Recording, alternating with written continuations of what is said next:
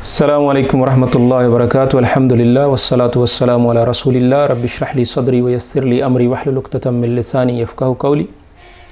ایک ینگسٹر کی شادی کا معاملہ تھا، اس نے ولی کی اجازت کے بغیر نکاح کے حوالے سے سوال پوچھا تو میں نے جواب دیا، پھر اس نے ایک لنک بھیجا، میں نے اس لنک میں جو سوال تھے ان کا بھی جواب دیا اور بیان کردہ جو امور تھے ان کو ایڈریس کیا۔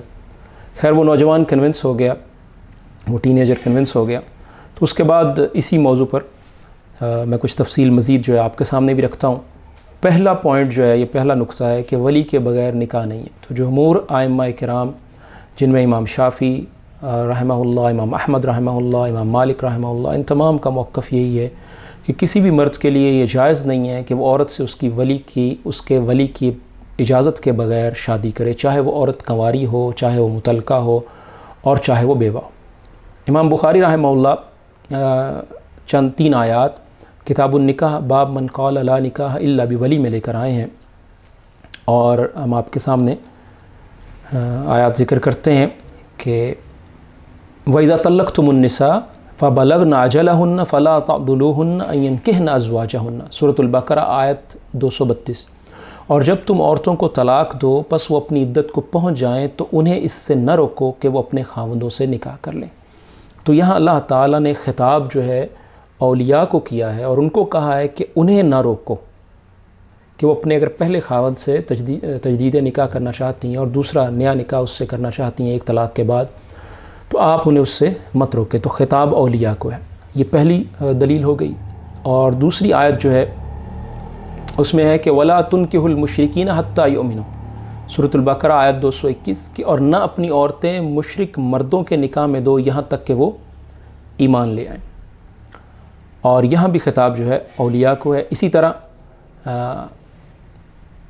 سورۃ النور کی آیت 32 ہے کہ وَأَنكِحُوا الْأَيَامَ، اور یہاں بھی جو ہے یہ آیت بھی جو ہے امام بخاری اس باب میں لے کر آئے ہیں۔ اس کے بعد اللہ کے رسول صلی اللہ علیہ وسلم کی احادیث ہیں۔ ابو موسیٰ اشعری رضی اللہ عنہ بیان کرتے ہیں کہ رسول اللہ صلی اللہ علیہ وسلم نے فرمایا لا نکاح الا بولی، ولی کے بغیر نکاح نہیں ہے۔ یہ حدیث ترمذی میں ہے 1101 1101 اور حدیث صحیح ہے۔ تو ولی کے بغیر نکاح نہیں، یعنی ولی کی اجازت کے بغیر جو ہے نکاح نہیں ہو سکتا، ولی کی اجازت ہوگی تو تبھی جو ہے نکاح ہوگا۔ دوسری حدیث جو اللہ کے رسول صلی اللہ علیہ وسلم کی اسی موضوع سے متعلق ہے، ام المومنین عائشہ رضی اللہ عنہ بیان کرتی ہیں کہ رسول اللہ صلی اللہ علیہ وسلم نے فرمایا جس عورت نے اپنے ولی کی اجازت کے بغیر نکاح کیا تو فرمایا فَنِكَاحُهَا بَاطِلٌ فَنِكَاحُهَا بَاطِلٌ فَنِكَاحُهَا بَاطِلٌ، اس کا نکاح باطل ہے، اس کا نکاح باطل ہے، اس کا نکاح باطل ہے۔ اور اگر اولیاء میں اختلاف ہو جائے تو جس کا کوئی ولی نہ ہو اس کا ولی حاکم اور سلطان ہوگا۔ یہ حدیث جامع ترمذی میں 1102 اور حدیث صحیح ہے۔ تو یہ پہلا پوائنٹ ہو گیا۔ دوسری بات یہ کہ عورت کی رضامندی کے بغیر بھی نکاح نہیں ہوتا۔ نبی کریم صلی اللہ علیہ وسلم نے فرمایا کہ بیوہ عورت کا نکاح اس وقت تک نہ کیا جائے جب تک اس سے اجازت نہ لے لی جائے، اور کنواری کا نکاح بھی اس وقت تک نہ کیا جائے جب تک اس سے اجازت نہ لے لی جائے۔ تو صحابہ نے کہا اللہ کے رسول صلی اللہ علیہ وسلم کنواری عورت کی اجازت کیسے ہوگی، وہ کیسے اجازت دے گی، یعنی اپنی شرمیلے پن کی وجہ سے اور اپنی حیا کی وجہ سے؟ تو رسول اللہ صلی اللہ علیہ وسلم نے فرمایا اس کی صورت یہ ہے کہ وہ خاموش رہے۔ اگر وہ خاموش رہتی ہے تو یہ اس کی اجازت سمجھی جائے گی، کیونکہ اگر اس کو اختلاف ہوگا اور وہ اس رشتے کو نہیں چاہتی ہوگی تو وہ یقیناً انکار کر دے گی۔ یہ حدیث صحیح بخاری میں 5136۔ تیسری بات آیت کا صحیح مفہوم کیا ہے کہ فَلَا تَعْضُلُوهُنَّ يَنكِحْنَ أَزْوَاجَهُنَّ، اس آیت کا صحیح مفہوم کیا ہے؟ سورۃ البقرہ آیت 232 وَإِذَا طَلَّقْتُمُ النِّسَاءَ فَبَلَغْنَ أَجَلَهُنَّ إِلَى آخِرِ الْآیَةِ۔ تو یعنی جب عورتوں کو تم طلاق دیتے ہو اور اپنی عدت کو پہنچ جائیں تو انہیں اس سے نہ روکو کہ وہ اپنے خاوندوں سے نکاح کر لیں، پہلے خاوند سے ایک طلاق کے بعد نکاح جدید کرنا چاہیں تو انہیں نہ روکو۔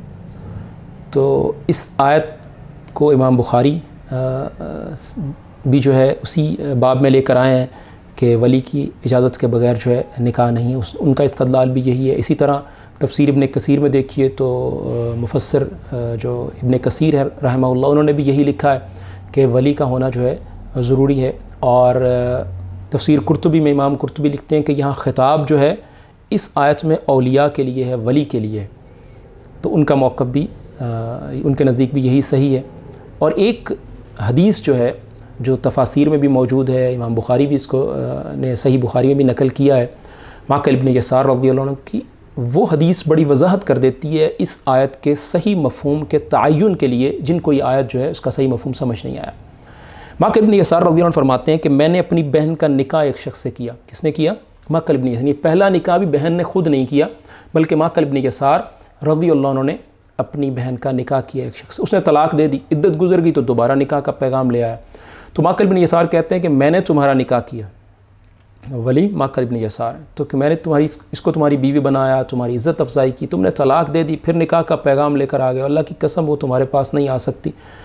حالانکہ وہ کہتے ہیں کہ اس شخص میں کوئی برائی نہیں تھی اور میری بہن بھی اس کے پاس جانا چاہتی تھی۔ اس پر اللہ تعالیٰ نے یہ آیت نازل کر دی، تو اس کا شان نزول بھی ذکر ہو رہا ہے کہ فَلَا تَعْضُلُوهُنَّ أَن يَنكِحْنَ أَزْوَاجَهُنَّ، تو انہیں اس سے نہ روکو کہ وہ اپنے خاوندوں سے نکاح کر لیں۔ تو میں نے کہا اب یہ آیت نازل ہو گئی، اللہ کے رسول صلی اللہ علیہ وسلم، اللہ کا حکم آ گیا، تو میں اس کا نکاح وہیں کر دوں گا جہاں سے مجھے پیغام آیا ہے۔ تو غرض انہوں نے اپنی بہن کا نکاح اس شخص سے کر دیا۔ اب دو باتیں جو ہیں، ایک تو ان کی بہن اب متعلقہ تھیں، طلاق ان کو ہو چکی تھی، کنواری نہیں تھی، اس کے باوجود ولی نے ہی نکاح کیا، اور دوسری بات یہ کہ ولی کی اجازت جو ہے وہ ضروری ہے۔ تو یہ حدیث صحیح بخاری میں 5130، اور یہی حدیث جامع ترمذی میں بھی مزید تفصیل کے ساتھ موجود ہے 2981، اور حدیث صحیح ہے۔ اور اس کے بعد امام ترمذی یہ کہتے ہیں کہ معقل ابن یسار کی بہن جو ہے وہ متعلقہ تھیں، یعنی شادی ان کی پہلے ہونے کے بعد ہو چکی تھی، پھر طلاق ہوئی، تو اگر ولی کی بجائے معاملہ ان کے ہاتھ میں ہوتا تو وہ اپنی شادی آپ کر سکتی تھی، لیکن معاملہ ان کے اختیار میں نہیں ہے۔ تو کنواری ہو، متعلقہ ہو یا بیوہ ہو، تمام کو جو ہے ولی کی اجازت ضروری ہے۔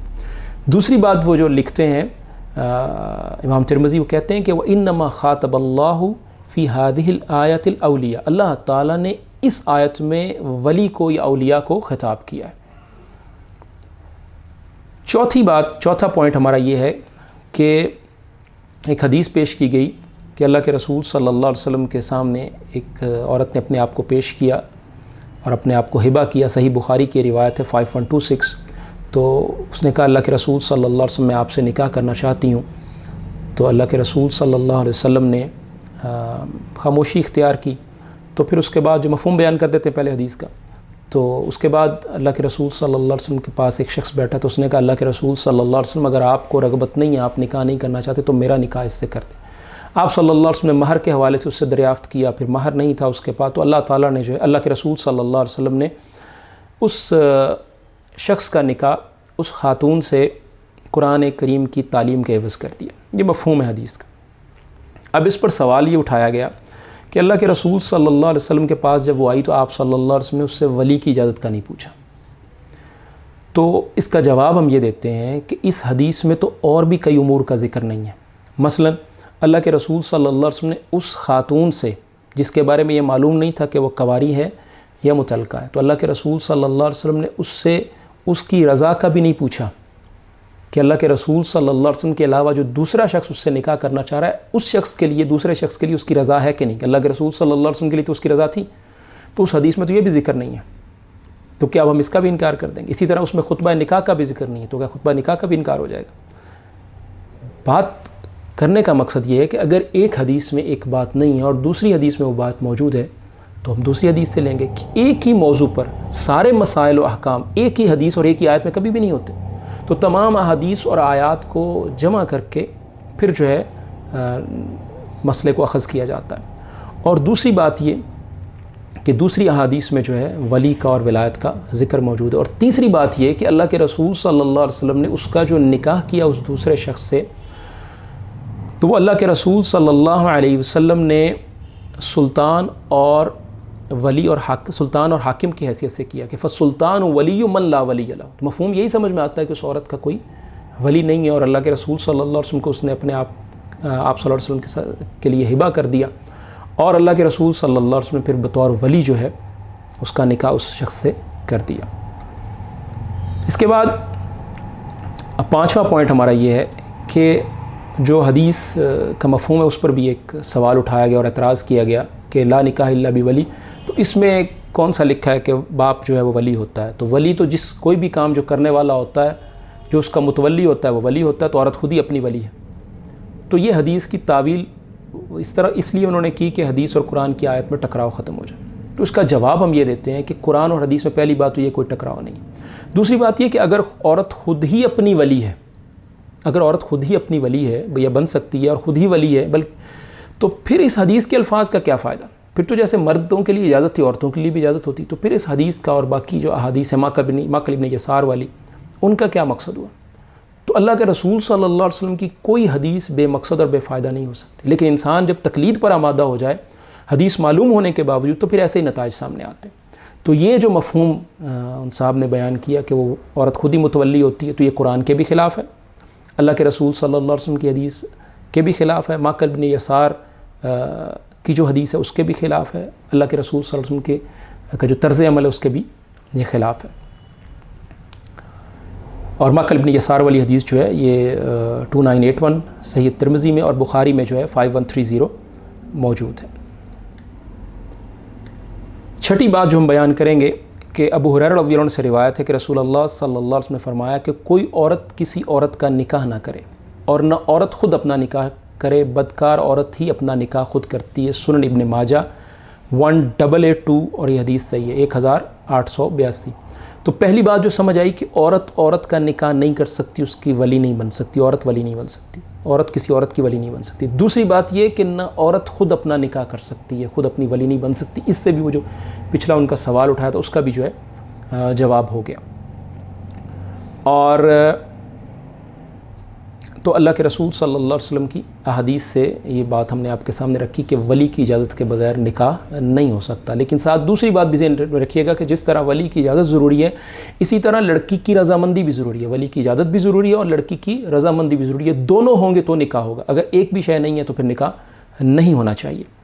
اور آخری بات یہ کہ اگر کسی فقیہ نے یہ ایسا موقف بیان کر دیا کہ جی ولی کی اجازت کے بغیر بھی نکاح ہو جاتا ہے، تو ہم یہی کہیں گے کہ اس کو وہ احادیث نہیں پہنچی، جیسے اللہ کے رسول صلی اللہ علیہ وسلم کے صحابہ کے بارے میں بعض دفعہ آ جاتا ہے کہ ایک حدیث کسی صحابی تک نہیں پہنچتی تھی، یہاں تک کہ بعد میں کوئی دوسرا صحابی جو ہے رضی اللہ عنہم اجمعین ان کو وہ بات بتاتا تھا۔ تو یہی ہم کہہ سکتے ہیں۔ اور یا دوسری بات یہ کہی جا سکتی کہ فقہا بھی غلطی کرتے ہیں، فقیہ بھی غلطی کرتے ہیں، اور جو صحیح موقف قرآن و سنت کی روشنی میں جو ہم نے آپ کے سامنے بیان کیا وہ یہی ہے کہ ولی کی اجازت کے بغیر نکاح نہیں ہو سکتا۔